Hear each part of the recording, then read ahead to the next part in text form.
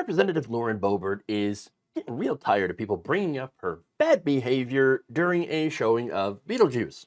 Speaking on KHOW'S Dan Caplis show last Friday, the Colorado Congresswoman referenced the day that she was kicked out of the Denver Center for Performing Arts. She responded to a question about what scandals could emerge in her future if she were to be elected in the 4th District of Colorado. So I love her answer here. As far as opposition research, I'm very clearly an open book. And I can't even go to a theater without that being, broadcast to the world. Yeah, no, I can imagine why. With the whole sexual anarchy. Yeah, that kind of happened that day. Look, Lauren, that's really not anybody's fault but your own. I mean, she was engaging in some very obnoxious behavior, like vaping and blowing the smoke in people's faces, singing, which, again, kind of ruined the show for everyone else around her. Nobody likes that, all right? And then, of course, there was the fact that her and her date were groping each other in a place where children were present, okay? If she's not happy with this, then perhaps her and any of her future dates should attempt to act like adults and not horny teenagers while they're in public. That's all we ask. While they're in public, you can do whatever you want in the comfort of your own home, okay? Or in your truck, all right? Don't care. Just don't do it around kids, all right? That's all we ask. And by the way, I'm making sure to include any date that she has because it takes two to tango, okay? Her and her date were groping each other. It ain't just on her. I'm fair. Now, funny enough, I also kind of enjoy how she turned this into a bit of a positive. Like, hey, it's not like I'm going to do something worse. I mean, I'm the Beetlejuice groper girl. Obviously, I'm not going to do anything that much worse, right? Great selling point. Yes, elect me, for I have already hit rock bottom. Okay, so now she's going to go on to talk about Ken Buck, who is retiring at the end of this week. Now, the race that she's in is not the district that she was originally elected in. It was the 3rd district. Now, sometimes, of course, districts will get merged. They'll be withdrawn and whatever. Somebody will have to move to a different district, right? Or run in a different district. Now, this is not the case here. She decided to pick up and move to a more conservative area because she was getting her ass kicked. It's true, though. So now she was, again, she's in this primary race. It's about 9 other people. It's a very crowded field. She's around middle of the pack. A lot of people are like, okay, she's Lauren Boebert. Oh, yeah, Trumpy endorsement. But she's not really from this area. So she doesn't really know the issues that we're dealing with here in CD4. And so that's why she's scoring about middle of the pack in these polls. Definitely not, a conclusion that I think that she thought when she would happen when she got into this race, okay? She thought, no, I'm going to sail right through it. No.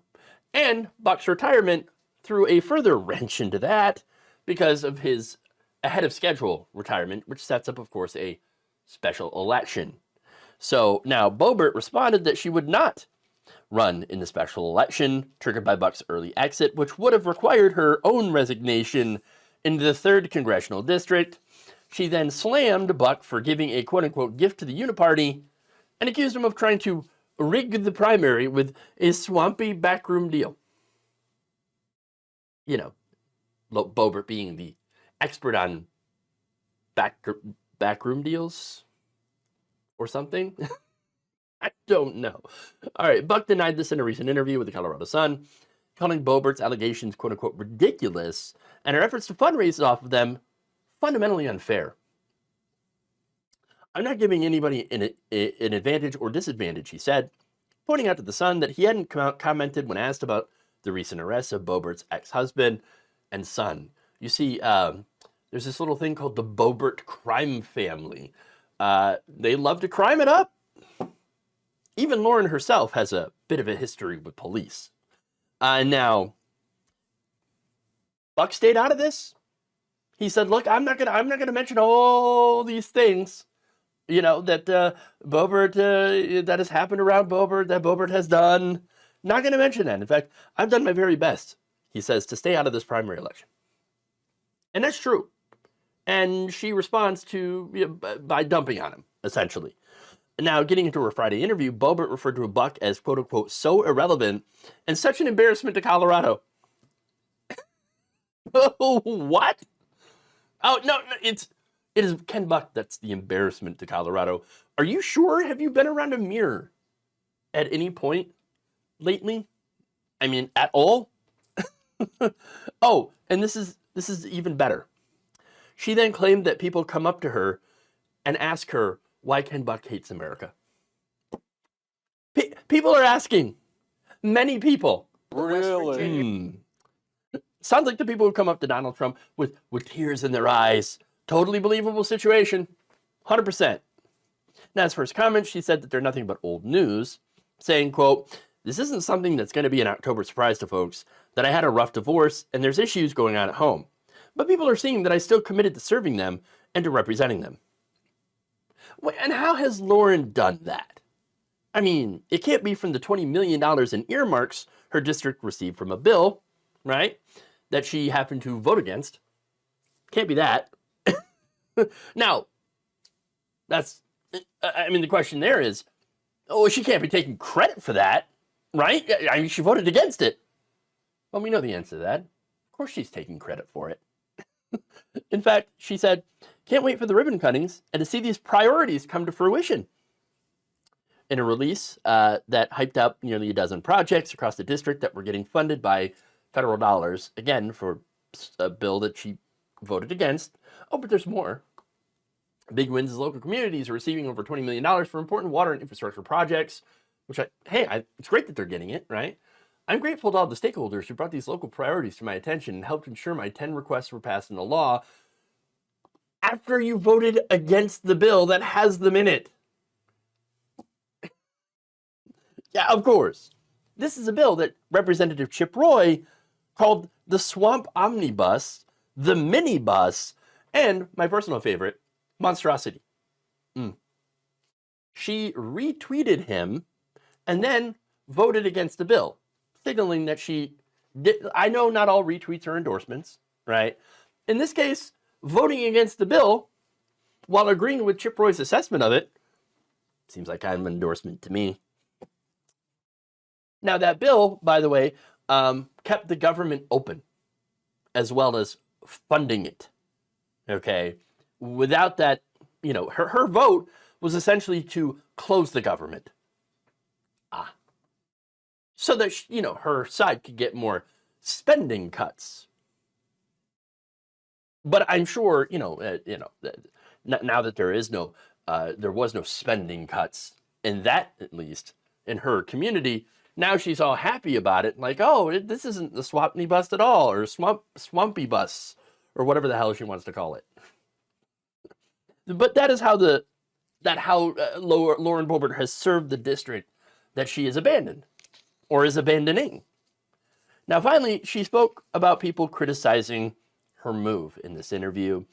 She said, quote, "I've been called much worse than a carpetbagger." Well, I don't doubt you there. I don't doubt you there, okay? She further on says, "And my record showed that the carpetbaggers were actually brought a lot of innovation and prosperity, so we can look at it that way as well." Okay, here's the thing. I'm not sure that is a term you want to be associated with, Lauren, for two reasons. Number one, it's considered a pejorative in the South. Okay? Calling you essentially an outsider and an opportunist coming in to exploit a supposed weakness for your own personal gain. That's not a good thing, right? You wouldn't want to be associated with that. But secondly, though, to get to her point about how they brought prosperity and innovation, that is one thing she actually is right about that. There's a hilarious irony to it, though. In fact, most carpetbaggers during Reconstruction were college-educated white middle-class people from the North, from the Union. A lot of them were former Union soldiers coming down to the South to invest in Reconstruction. Oops. In fact, they aimed to modernize the South and had actively promoted public schools while creating numerous colleges and universities. Definitely not a good description of what Lauren Boebert is attempting to do, especially considering how carpetbaggers, as well as, and this is fun, scallywags, or pro-Reconstruction liberal Republicans, okay, that were in the South, they were known to be against white supremacy and traditional values. None of those things seem to apply to Ms. Boebert, who, yes, while she is moving into this district to be an opportunist and to exploit a weakness, she certainly is not really interested in fighting against white supremacy or traditional, so-called traditional values. So, now getting back to her answer, though, of being a safe vote, because she's already had her scandals.